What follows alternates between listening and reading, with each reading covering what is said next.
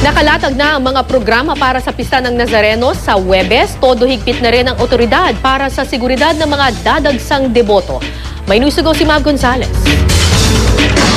Inaasahang milyong-milyong deboto na naman ang dadagsa sa Quiapo Church sa Maynila. Sa Huwebes kasi, gaganapin ang isa sa mga pinaka-inaabangang pista ng simbahang Katoliko, ang Pista ng Itim na Nazareno. Miyerkules pa lang magkakaroon na ng pahalik sa Luneta Grandstand 1:00 ng hapon. Susundan ito ng band parade at healing mass. 7:00 ng gabi hanggang 4:00 ng madaling araw ng Huwebes, tuloy-tuloy na ang vigil. Sa mismong araw ng pista, magdaraos ng misa si Manila Archbishop Luis Antonio Cardinal Tagle 6:00 ng umaga. 7:30 ng umaga, uumpisahan na ang prosesyon ng Itim na Nazareno mula Luneta hanggang Quiapo Church.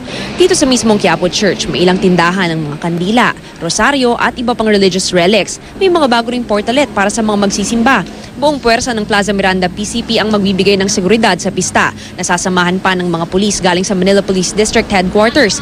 Maglalagay rin ng command post ng Philippine National Police sa ibabaw ng gusaling ito gaya noong nakaraang taon.